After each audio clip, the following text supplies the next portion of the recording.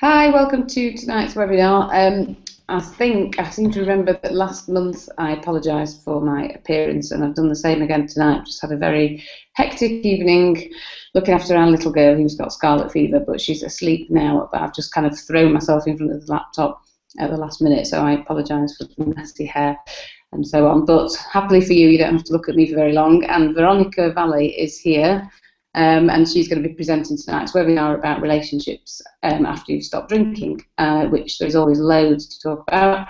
If you've got any questions for Veronica, as usual, you can type them into the text box at the side, and we will go through as many as we can at the end. And without any further ado, I shall hand you over to Veronica, and I hope you find this webinar useful. Veronica, welcome. Hi, Lucy. I was actually, honest to God, just thinking how lovely you looked, and like, have you really been a run and running after your child? Like, my God, you look amazing. Oh, thank you. So, yeah, this is wonderful. I'm so excited that you asked me to do this. This is one of my current favorite subjects because I get asked about it so much. So I'll start with just telling you a little bit about my story.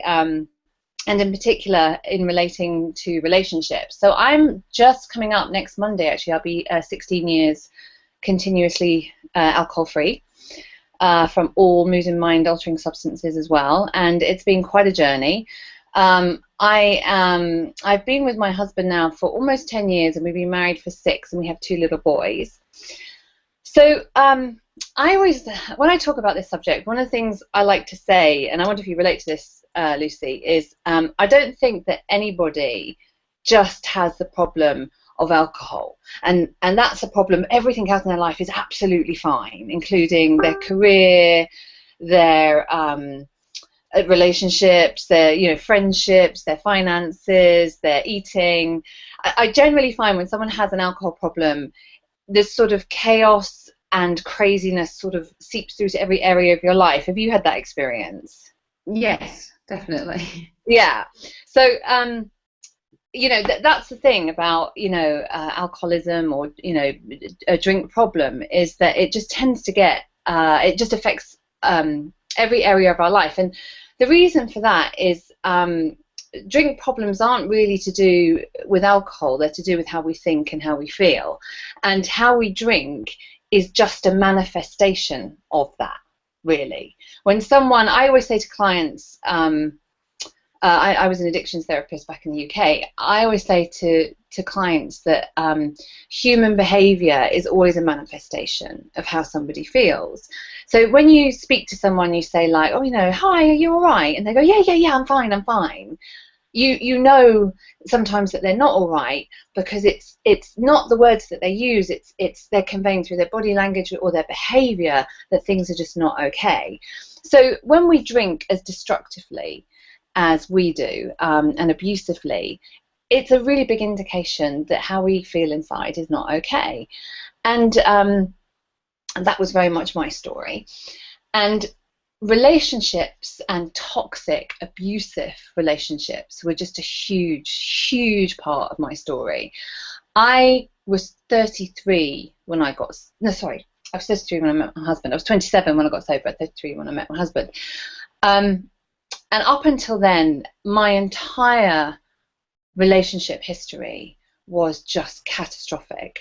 I had basically the self-esteem of a squashed gnat and would date any guy who basically had a pulse and looked at me twice. That was my criteria for romance, really. I definitely accepted the scraps off the table. I didn't really think I was worth anything more. I had such low self-esteem and thought so badly of myself that it honestly never occurred to me that I had to like the guy back. I was so staggered that somebody would be interested in me that I would go out with anyone, because I just thought, like, I was just so, as soon as they got to know me, they would realise I wasn't worth very much. So it never occurred to me that I had to like someone in return, and I subsequently went out with a lot of people I actually didn't like or fancy or find attractive because of my low self-esteem. And also, for one of the big reasons I think a lot of people end up like that is we're so scared of being alone. I mean, loneliness is a massive problem.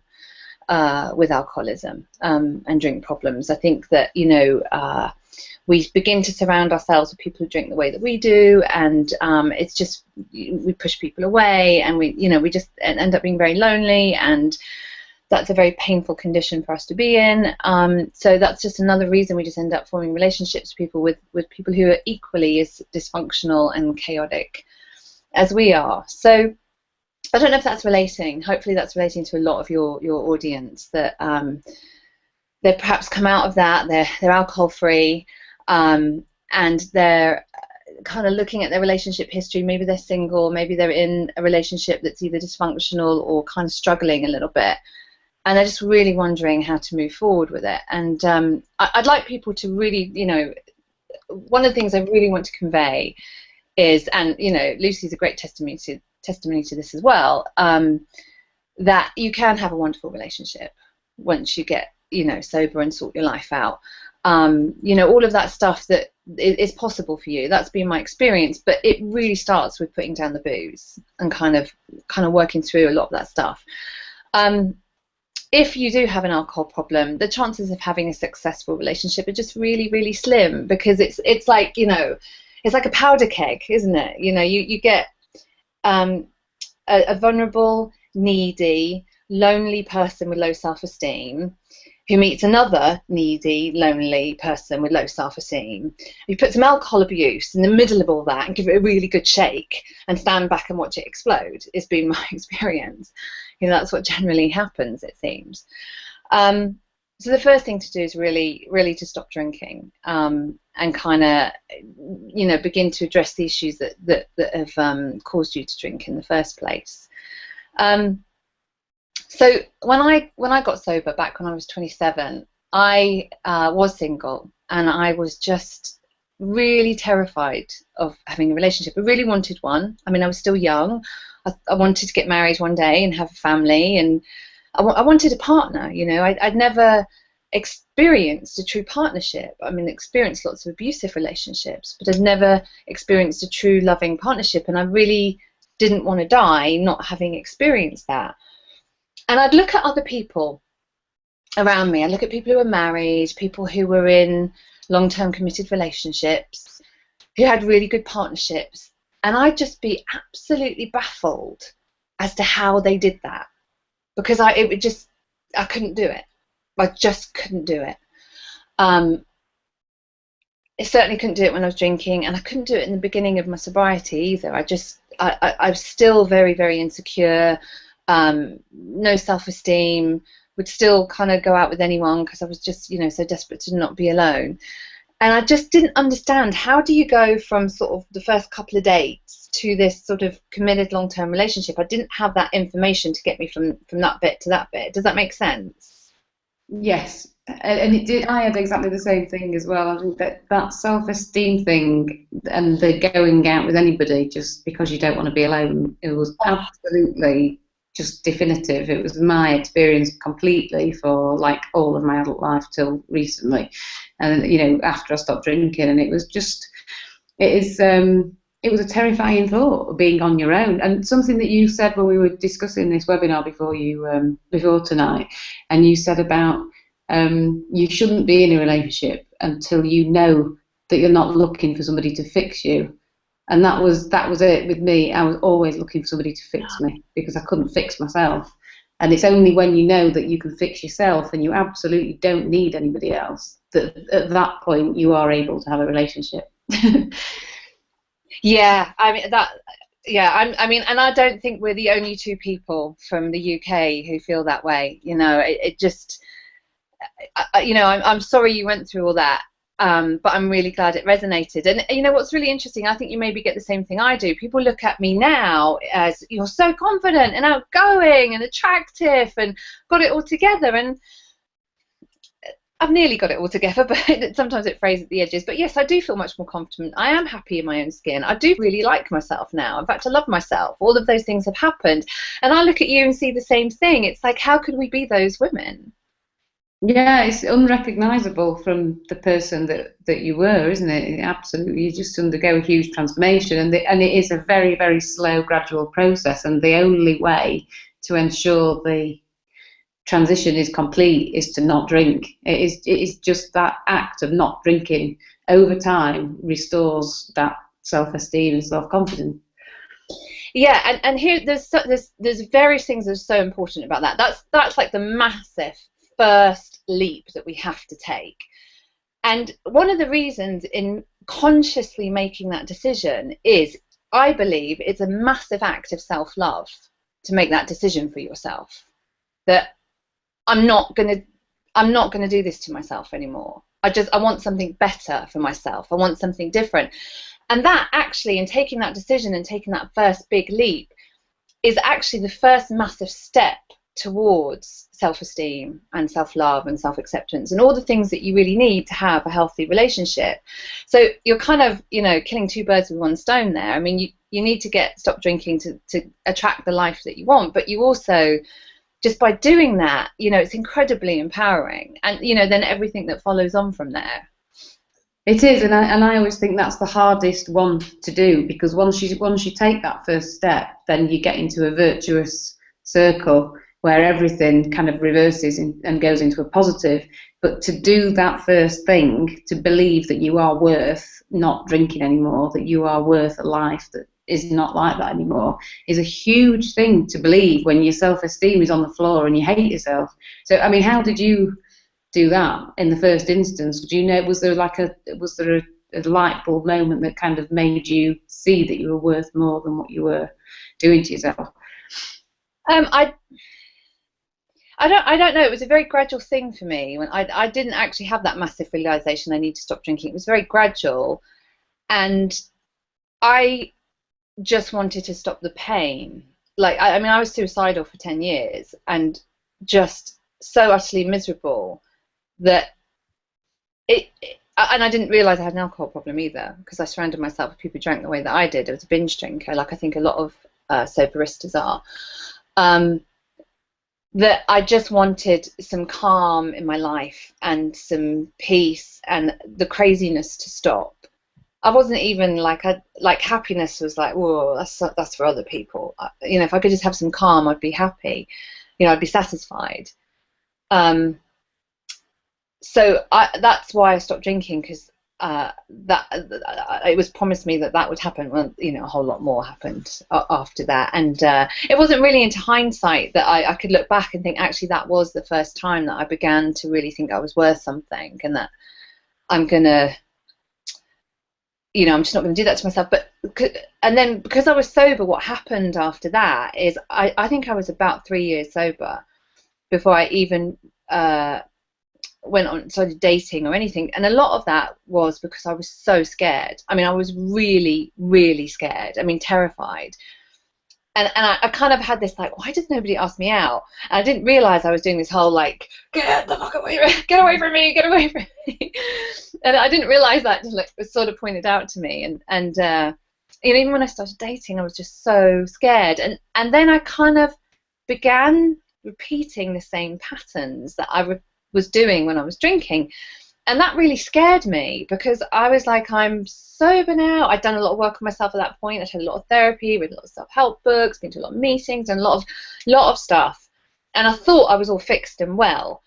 And it really scared me when I started to do the same patterns of just, I mean, at that point I was at least kind of going on dates with people I did like, but that insecurity of like, don't leave me, I'm not, was still really there. But because I wasn't drinking, I could see it straight away and think, this is not right. I've got to do something about this. And I subsequently went on and just, for me, it was just like, it's kind of like, when I became a parent, there's different chapters in your life that you just have to keep continuing to self-reflect, do a bit more work on yourself. This has come up, it's not going the way I want it to go, I want it to be better. And that's what I did. I had to do that when I became a parent. But I certainly had to do it when I started dating and, kind of trying to have a relationship. I didn't want to repeat the same patterns, because here's the thing. Alcohol was my anesthetic.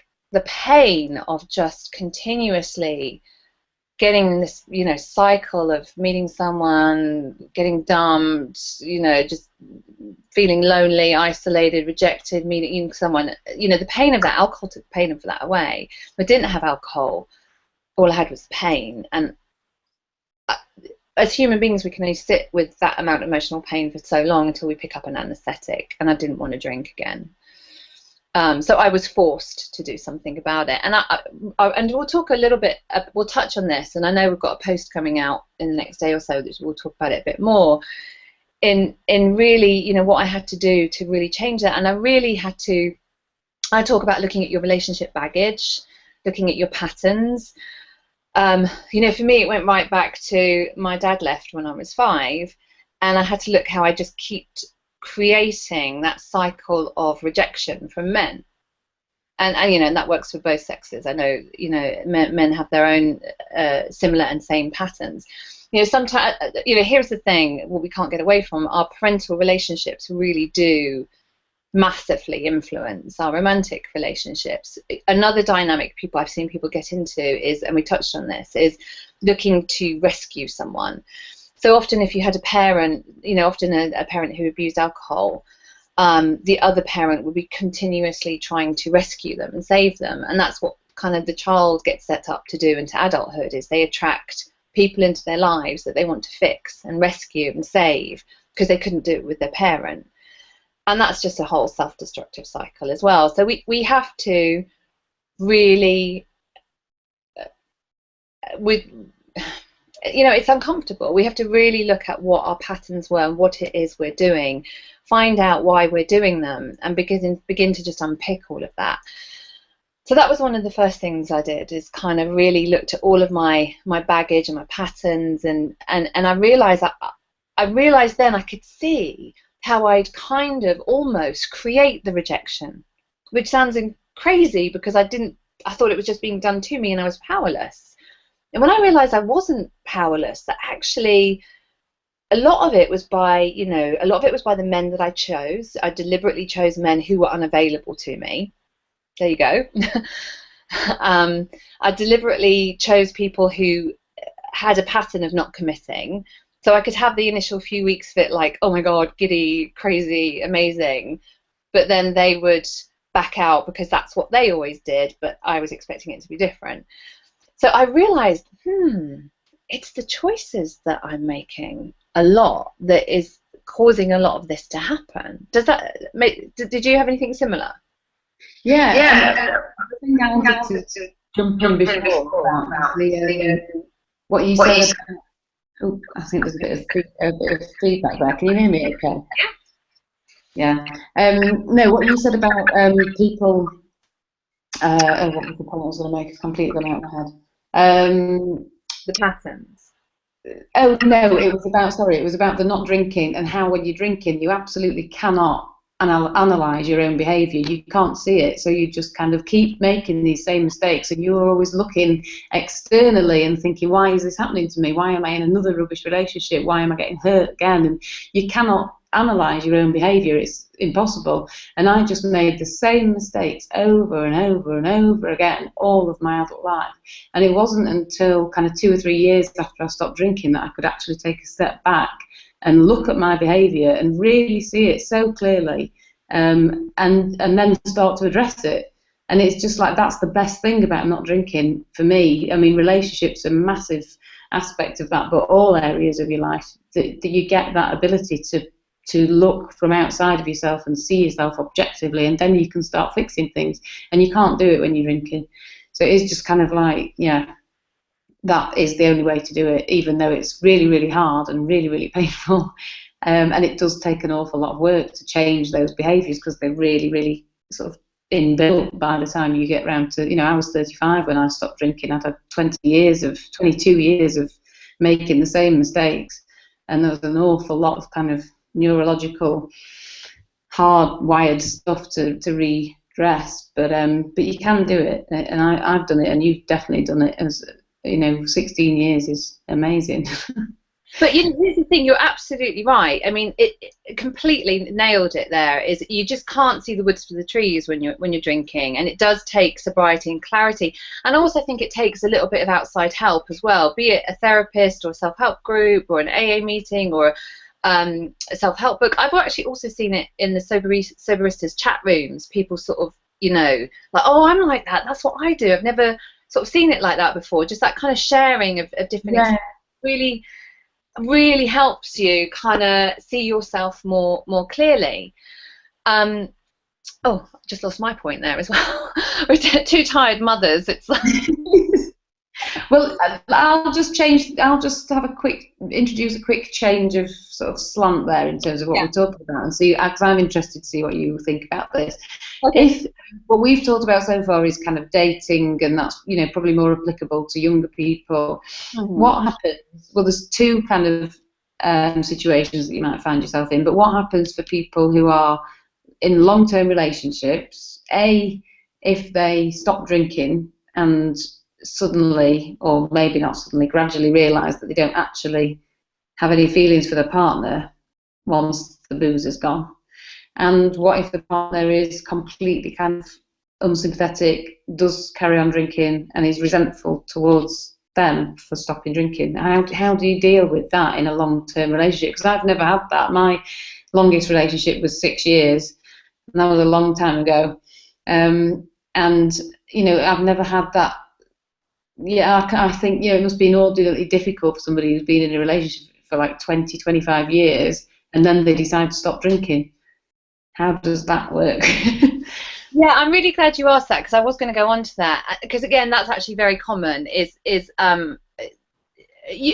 Just as an aside, I have met a few people, who have stopped drinking and are in quite a decent relationship and managed to repair it. But generally, I find people are either single because they're so self-destructive, or they're in a relationship that's just incredibly dysfunctional and chaotic. There's a saying, and this applied to me just completely, is when we're drinking, we don't have relationships, we take hostages. And I think that I mean, I nearly married someone once, and he was my hostage. I just basically, through manipulation and deceit, created this relationship that wasn't authentic or genuine. And and he proposed to me, because then I thought I'd be safe and everything would be great. And it, I didn't love him. And I think that a lot of people go through with that and do end up in that situation. So here's the thing: when people are in a relationship with someone in that scenario, generally I find that we end up with relationships with people who do drink the same way we do, mostly. So when you're in a relationship and a big part of your relationship has been drinking, it's really going to scare the other person when you stop drinking. I mean, that will happen with your peer group as well, with close friends too, if they drink. Did you have that experience?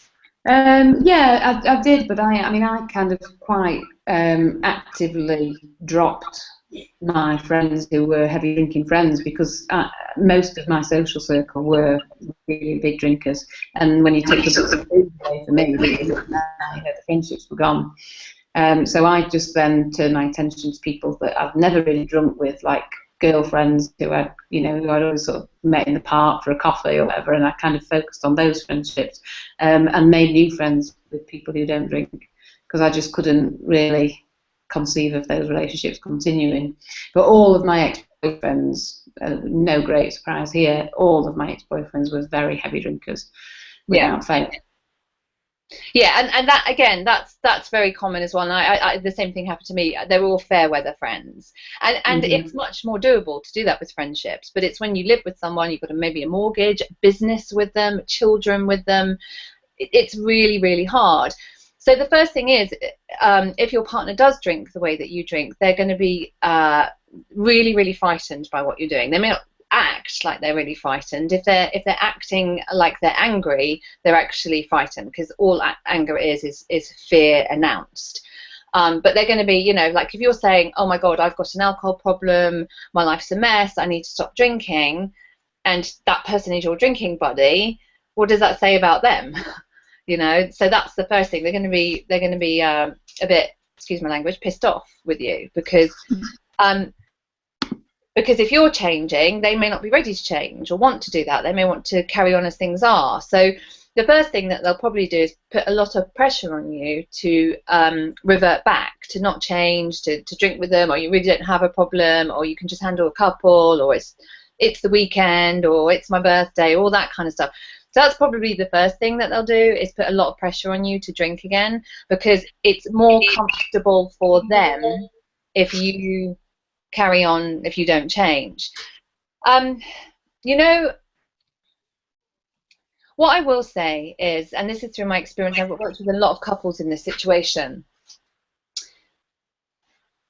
If you, just you, don't drink and continue to move forward doing things that support you and enrich you and empower you to become the person that you're meant to be, that situation, no matter what the circumstances are right now, will be okay. But I also want to acknowledge that it can be tough, especially if there's kids involved and there's a mortgage and nobody can afford to get divorced anymore. I mean, who can afford to do that now? But it's entirely possible to manage that situation and manage it. You know, first of all, if there are kids involved, straight away, those kids are going to be so much better off if at least one parent is not drinking in the home. So that's the first thing, and it can improve from there.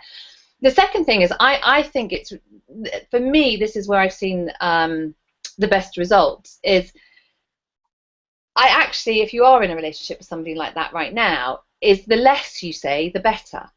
Is don't try and convince your partner. Don't try and persuade them. Don't really tell them much about what you're doing, apart from general information that they need to know. Let them witness what is happening to you. Actions speak so much louder than words in this situation. So I would just stop talking about it. I would go about your business. I would, you know, if they're like, oh, come on, you know, it's my birthday, you've got to, you need to just keep saying the same thing. Thank you. I'll go out and have birthday cake with you at lunchtime, but I'm not coming to the pub. I really hope you have a great time. Really simple message. Repeat it. Just repeat it, repeat it, repeat it, repeat it. They'll try different things, because anyone with a drink problem, we're very manipulative and very persuasive. They'll come at you with all of these, you know, maybe they'll get angry at you, maybe they'll start blaming, maybe they'll start being charming. Oh, you know, you'll be fine, you can just have a Coke, you can sit in the corner, whatever. You need to have boundaries and decide what you can do and what you can't do. If you can't go to the pub, if that's not safe for you right now, then don't go to the pub. Wish them a great time. Tell them that you have a great time. You'll make them a cup of tea in the morning. You know, you'll cook them breakfast, whatever. Go have a lovely time. But just for me, I don't want to drink tonight in the pub, so I'm just not going to come. You just need to keep saying the same thing. Keep it really simple. Repeat it. And also how you say it is really, really important. And this can be hard because there's going to be so much probably animosity and anger and resentment between you. Is to try and just let go of that and just be, you know, as neutral as you can. Just understand that other people's behavior is about them and not about you. I mean, that was one of the hugely liberating things that I learned in recovery. I was so influenced by how other people behaved and what they did and what I thought they thought of me, and especially if they were going to like me or approve of me. So I would do what they wanted me to do, or what I thought they wanted me to do. I often didn't know. I just kind of thought they wanted me to do this stuff or be this person. And I realized in recovery that I had to be true to myself. And if that upset you or disappointed you, then I had to let you have those feelings and that experience and separate myself from you.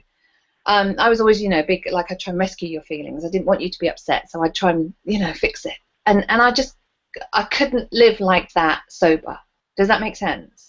Yeah, and again, that's something that you get from, it's the clarity that allows you to do that. There was another point I was going to make there. I think this is something that it's something I wouldn't have wanted to hear. And I think it's something, well, nobody wants to hear, because people who are low self-esteem and they're drinking too much and they're in really negative, destructive relationships.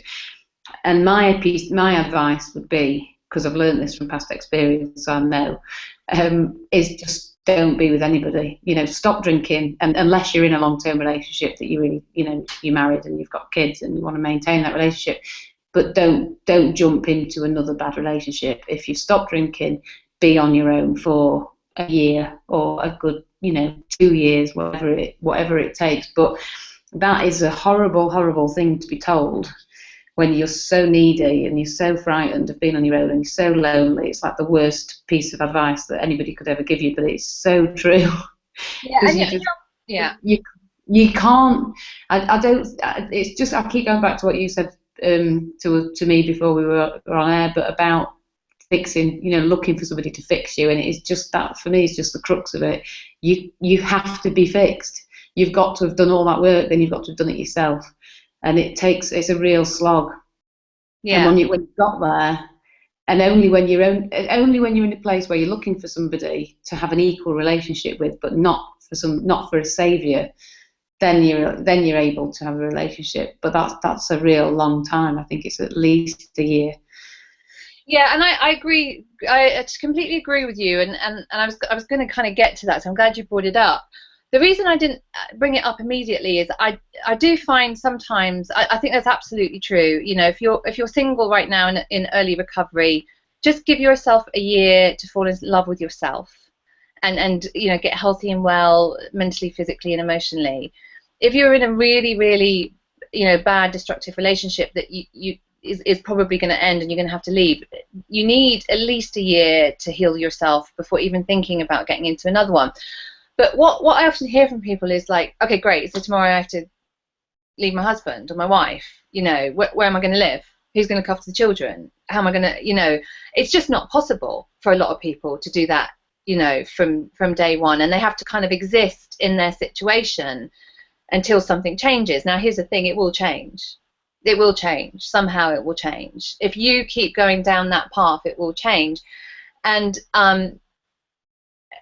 you know, I have this theory that the engine of alcoholism is fear. That fear is the most universal experience of anybody who has a drink problem, and that's just really what you were talking about. Is we get. I was so frightened of being on my own for all of the reasons that you just said, that I just stayed in the most toxic, abusive, and dysfunctional relationships because I thought that was better, because I was so frightened that being alone was worse than that.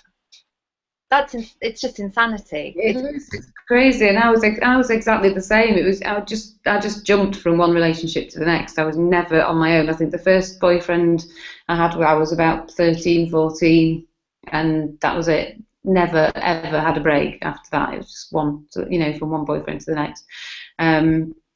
And it was so destructive, and I knew it was destructive. And I remember, you know, my sister particularly, who was very wise and much more sensible than me, saying, you know, just be on your own, just 6 months, you know, it's not going to kill you. You need, and I just would not. I couldn't do it. I just could not conceive of doing it. And the other thing about alcohol and relationships as well, I think, when you're in that situation, is that you almost always meet people when you're drunk.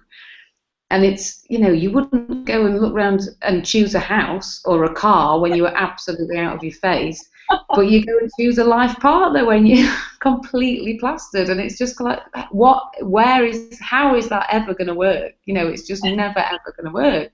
You got, you know, you're not thinking straight, and you're not looking for you don't know who you are, so you don't know what you need. You can't tell what they're like. You know, you've got beer goggles on.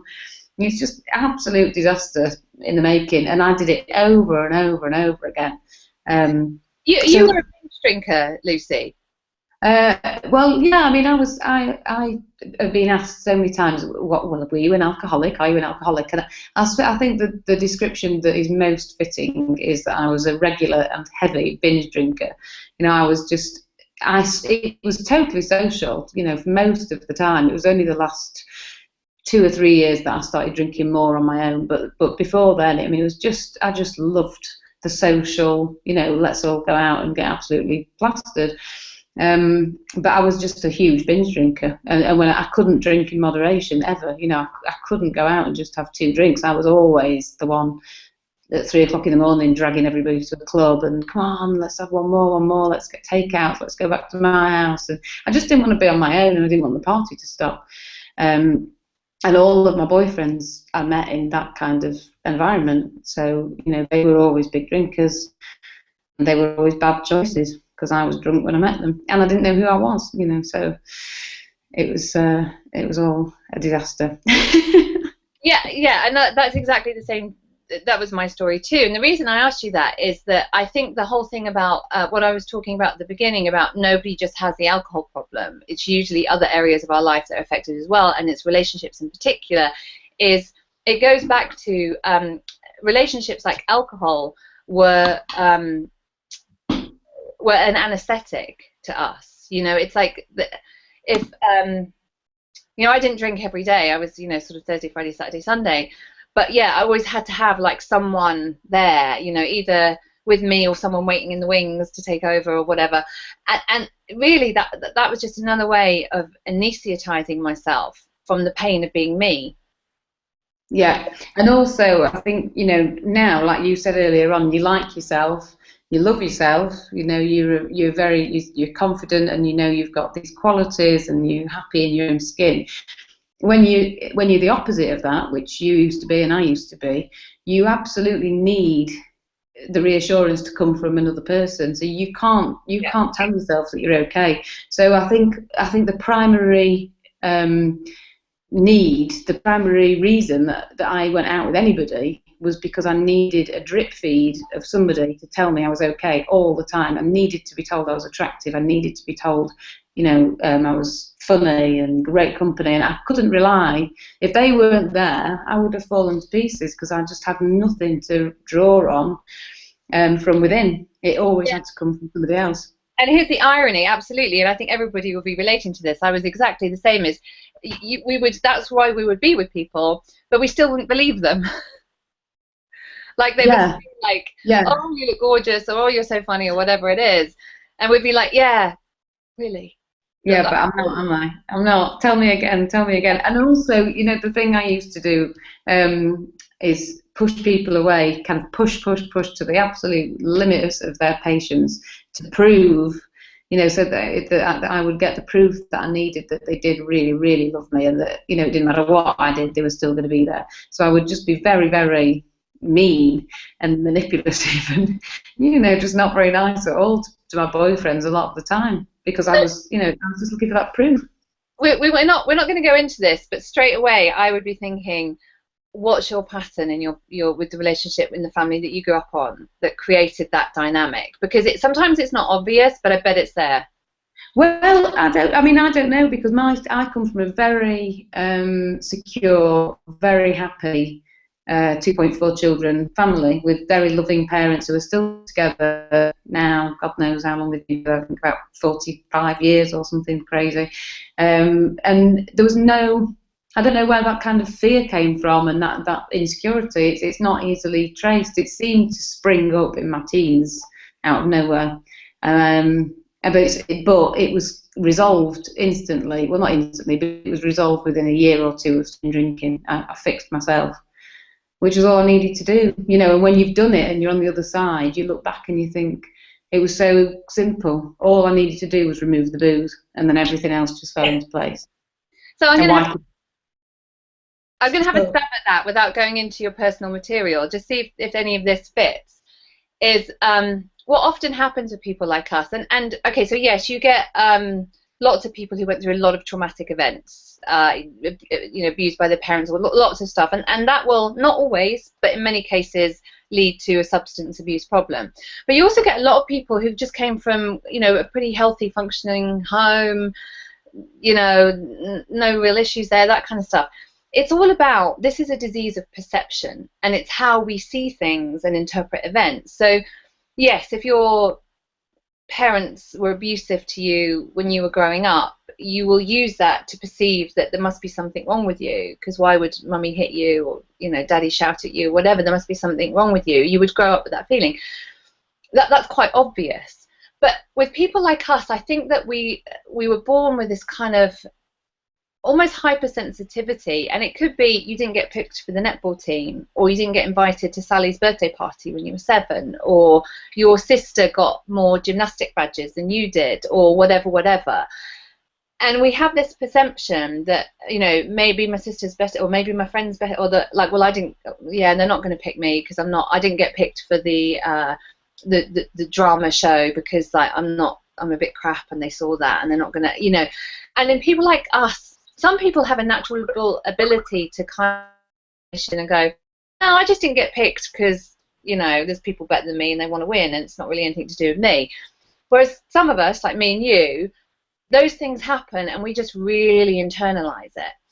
And it builds up this feeling that these things are happening because I might not be good enough. Oh, sorry. That's my mother. Let me try and turn that off. Talking about families, that was a bit personal, wasn't it?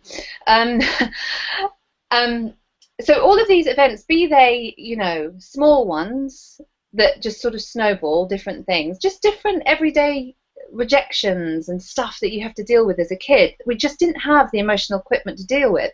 So we begin to form this theory, these things happen because I might not be good enough.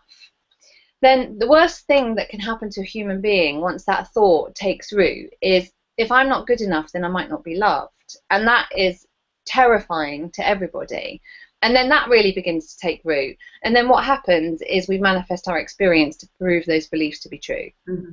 You know, my boyfriend dumped me at 17. See, it's because I'm not good enough and I'm not going to be loved. See, I told you. And it just keeps going and going and going. And then it snowballs. Yeah, and then you introduce alcohol as a teenager to try and deal with those feelings, and then it all goes to shit. Does that make sense?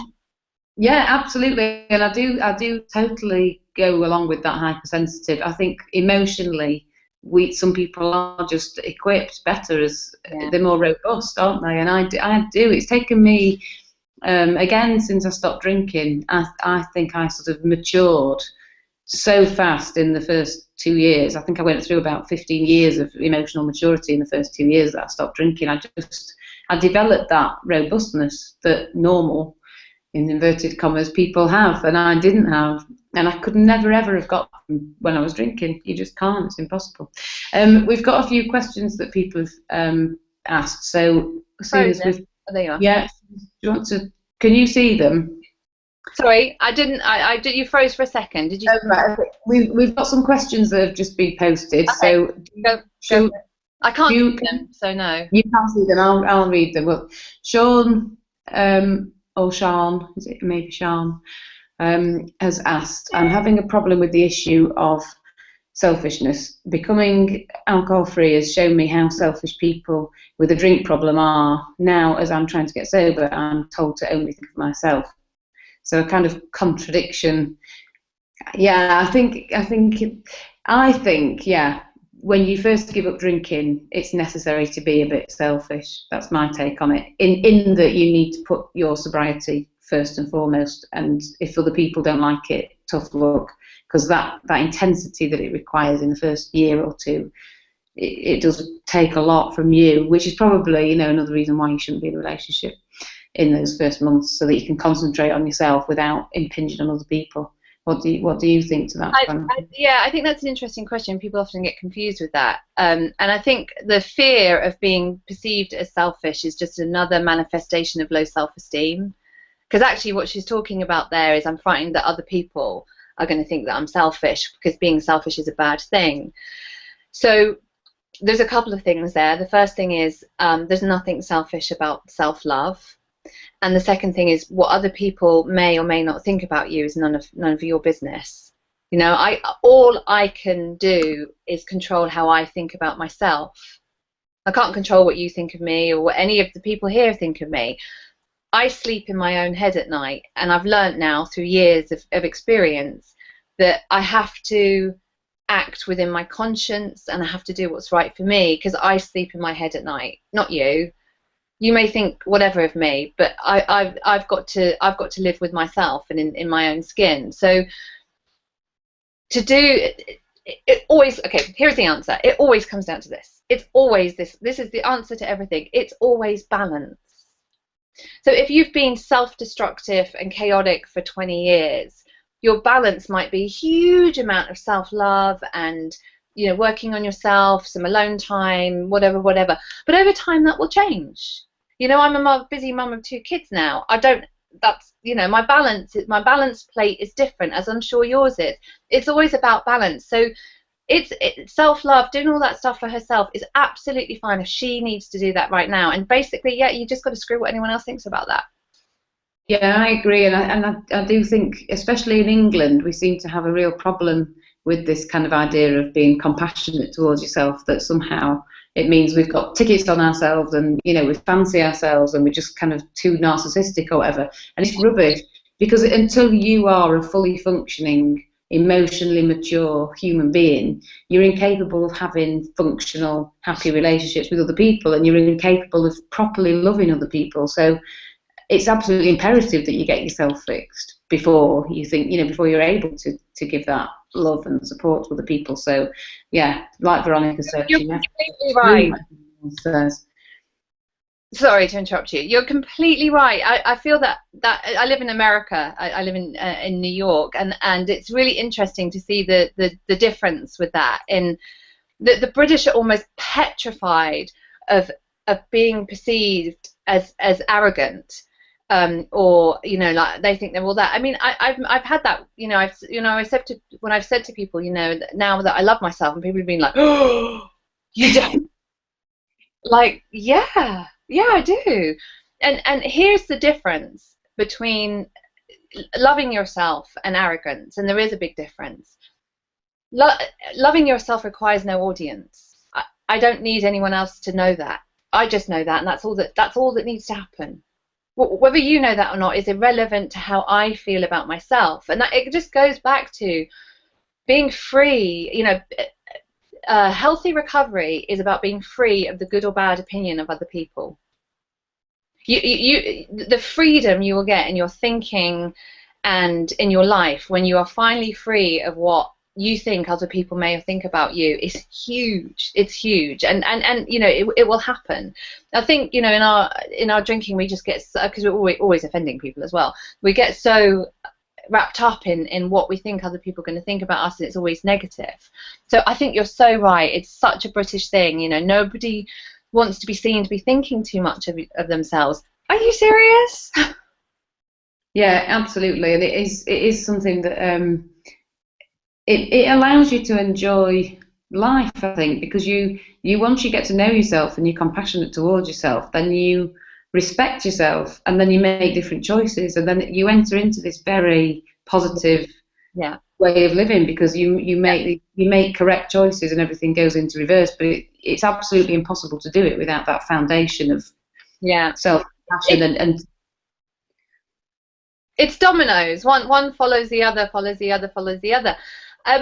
My husband is, you know, if I just met him when I was drinking, I wouldn't even have noticed him. I mean, he's not my type at all, because he's a really, really good man. There's no drama. He's not a bad boy. He is can say what he thinks and how he feels. He doesn't play games. Will not play any of that. You know, there's none of that game playing that was all in my past relationships. He's a really good, decent, solid guy, and I just ran a mile from that because I don't know how to do that. But once I'd done all of that work, the dominoes, I got to this point where I met someone like him. I thought, you're really attractive. Yeah, isn't that funny? I've had similar. It's just a very you know, I think it's so telling that the person you thought you were when you drink is so far apart from who you are when you're recovered, and you would never ever go for the same people. I always went for bad lads, and you know, just the real big drinkers, really charismatic, dangerous, scary people. And now it's like, couldn't be more different. But it's, you know, you totally change, don't you? What your needs are and what you want, and it becomes so obvious. You can't believe you couldn't see it before, but you can't when you're drinking. Sorry. I was just going to move on to Joe's question, but there's two questions from Joe, and I don't know if it's the same Joe, maybe two different Joes. The first question is, what if you've already been single for 8 years before getting into recovery? That's okay. I would say I think the rule still applies. And a year is but give yourself some time. Go and do some work on yourself, however that is, and there's many different routes to sobriety, but stopping drinking is just not enough. You need to be doing something else, whatever that is, in therapy or meetings or, workshops, whatever it is. And then I think get out there, I also have to say, I think in many ways you have to sort of be in the field, so to speak, dating to kind of bring your stuff up to really have a look at it.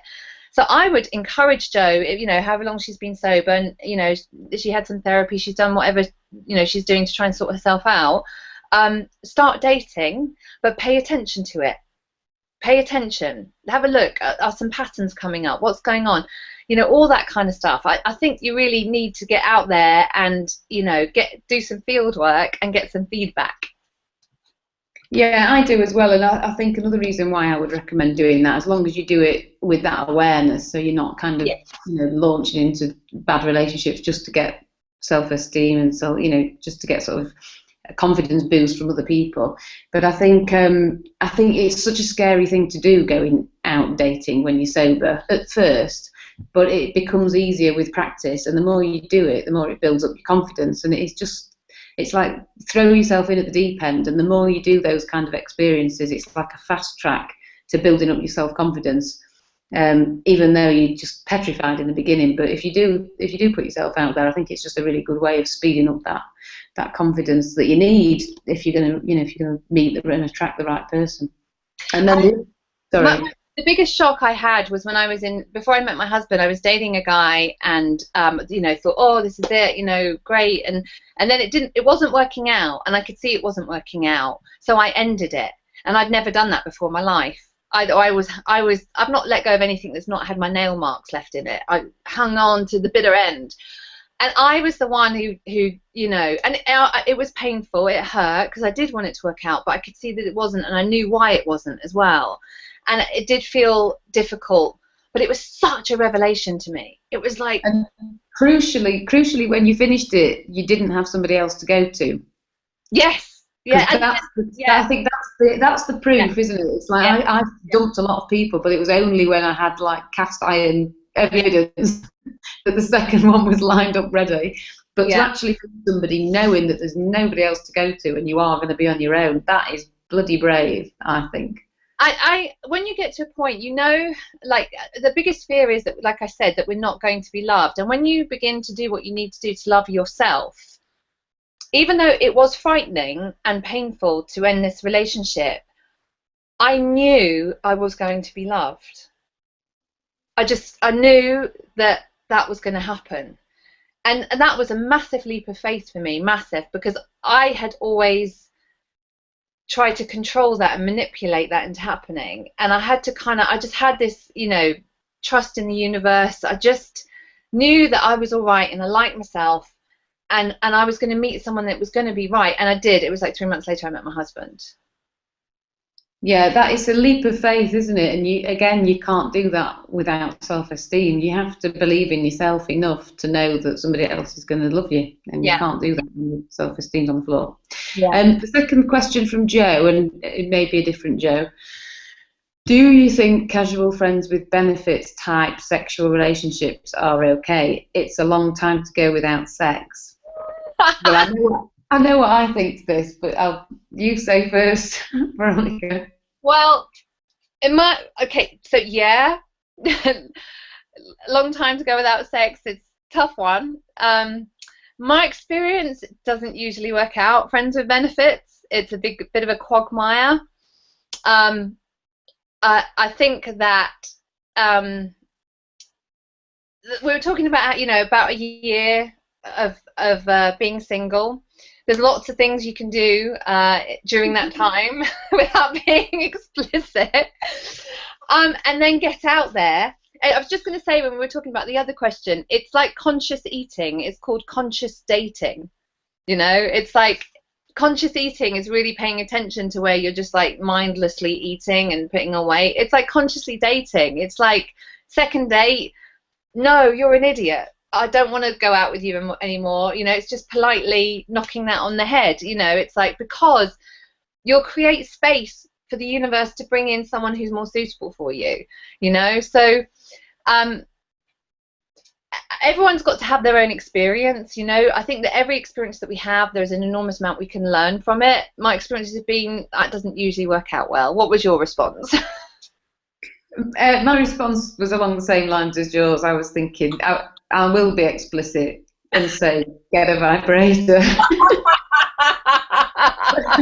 You know, the other thing as well that is definitely true, when you don't have sex for a while, your kind of urges do, you know, it's not quite as intense. I think when you're having a lot of sex, you want a lot of sex, and then when you're not having so much sex, then it kind of goes off the boil slightly. I've heard. Back. It's like riding a bike. It will all come back. There will be. And I think it's too.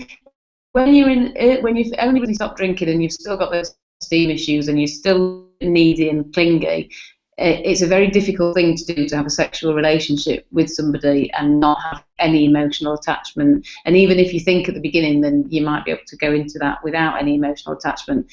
I think it's very unusual when that happens. And I mean, I know I couldn't have done it, and I did try. I had a couple of friends with benefit situations, but it was just an absolute disaster and didn't work. And here's why, because just as we were talking about, alcohol was our anesthetic that numbed our emotional pain of being who we are, because we were so uncomfortable with ourselves. Relationships did the same thing. Sex does it, food does it, overspending does it, over-consumerism does it. We engage in behaviours that enable us to A, not feel, and B, not have to address what we really have to address. So when we do that, we're usually doing it to avoid doing what we really need to do. And you know what? Here's the answer, Joe. All you're doing is delaying your good stuff.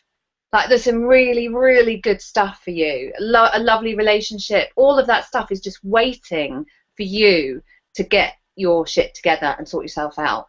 As soon as you do that, that stuff will come in. Yeah, and I think as well, you do have to approach life a bit like kind of going into a desert, really, in terms of just stripping all the crap away and focusing on you and being really kind of wholesome and eating right and doing nice things, just, you know, with you or your friends, and all those sort of danger things, shopping and sexual relationships and you know, whatever your replacement activity is when you stop drinking, all of that, just really make a very simplistic, wholesome life for yourself and knuckle down and just get on with that for a year. And I just think the rewards are huge, and it really, really works in terms of making you know yourself and like yourself, relying on yourself. You know, being self-reliant is a massive thing. And you can't get any of that if you even if it's a loose, casual relationship. The temptation to ring that person and when you're lonely and, oh God, I just really need a cuddle, and it's so tempting and so hard not to do it. But if you can teach yourself to be self-reliant, that's a huge, huge gift. And what people often say at this point is, but what, am I not allowed to go shopping? Am I not allowed to exercise? Am I not allowed to have sex again? Again, the answer to that question is always balance. Yes, you are allowed to do all of those things, but it's about the balance. If you're doing too much of one of those things because you don't want to feel and you don't want to look at something, you don't want to face up to something, your balance will be off. All of those things are okay to do as long as they're balanced on your plate, you know? That's always the answer. Yes, you can go shopping. Yes, you can do all of those things, exercise, whatever it is. But if you're exercising every single day for 5 hours a day and neglecting your family, your balance is off, and you're doing that because you're trying to avoid something. The same as friends with benefits, the same with, you know, overspending on your credit cards. It's always about balance. Yeah, and I think as well, when you take the booze away, it's, if you're truly honest with yourself, you can ask yourself, am I dependent on this for an emotional, am I trying to fill an emotional void through this activity? I think you know, when I had all my relationships, I knew that there was this deep sense of neediness within me. Those people were kind of my my crutch, they were my raft. I was looking to them to save myself, and it wasn't healthy. I knew it wasn't. I needed them too much, and I don't need people in that same way anymore. And I think, you ask yourself and be totally honest, if you are absolutely emotionally detached from it and you're enjoying it purely for, the odd bunk, fine. But I think, whether there's more going on than that, and if there's an emotional attachment there that's not healthy, I think knock it on the head and go it alone. Do the desert, do the hardcore thing. Watch Wild with Reese Witherspoon, because that's a brilliant film for inspiring you to be a strong, independent woman, and going it alone for a while. That's it on the questions front, and we are at 9 o'clock exactly, which is perfect timing, I think. Do you want anything else? Have you got anything else you wanted to add, Veronica, before we finish there? Well, just thank you. I really enjoyed kind of discussing this with you, and there really is so much more about to talk. I mean, we could go on for days. I know that there's going to be a post going out where I've talked about. One of the things I wanted to touch on, but it's fine, it's going to be in the post, is recognizing what is a healthy and unhealthy relationship, and like all of the different behaviors. So that'll be on the post, so everybody can look out for that. And just recognizing what a healthy relationship looks like. I think one of the things that you can do is kind of sit down and define it, for yourself. Is write it down. What does that look like for me? Is it someone that is caring, compassionate, kind, all that kind of stuff? Because often we've never really thought about it. It's just what you said about, like, we don't buy a house when we're, we probably might have a little list of what we want in a house, things we're prepared to give up, and things that are, we definitely have to have. You can actually do the same thing in a relationship. And I think it's important to really define what it is you want in a relationship, so when it comes, you recognize it. Yeah, I mean, I knew somebody who had a spreadsheet system going with her dates, and kind of probably taking that a little bit too extreme. Yeah. At the time, I just thought she was nuts. But now, I wouldn't be quite so calculated about it. I don't think, it's quite so businesslike about it. But it makes a hell of a lot more sense than the way I used to go about it, which was drinking 10 pints of Stella in a pub and staggering up to some bloke that smiled at me, and then been in a relationship with him for 3 years. I mean, it's just like, Jesus, what was I thinking? Yeah. So yeah, it's a bad idea. Meeting anybody when you're drunk is a bad idea. And when you do stop drinking, the first relationship you should concentrate on is the one with yourself, and getting yourself to a really good, emotionally healthy place, and then it will all come together. So have the faith. We'll be posting Veronica's follow-up feature to this webinar tomorrow on Sober Easter, so you'll be able to read a few more bits, tips and advice on there. And I'm sure Veronica wouldn't mind if anybody wanted to get in touch. Your contact details are at the bottom, will be at the bottom of that post, and other posts on Sober Easters that Veronica's written in the past. So you can find those if you want to. And thank you very much for joining us. And I'm going to go and get on my smelly running things now and get my pajamas on. So hope you all have a good night, and see you next month. Bye. Bye.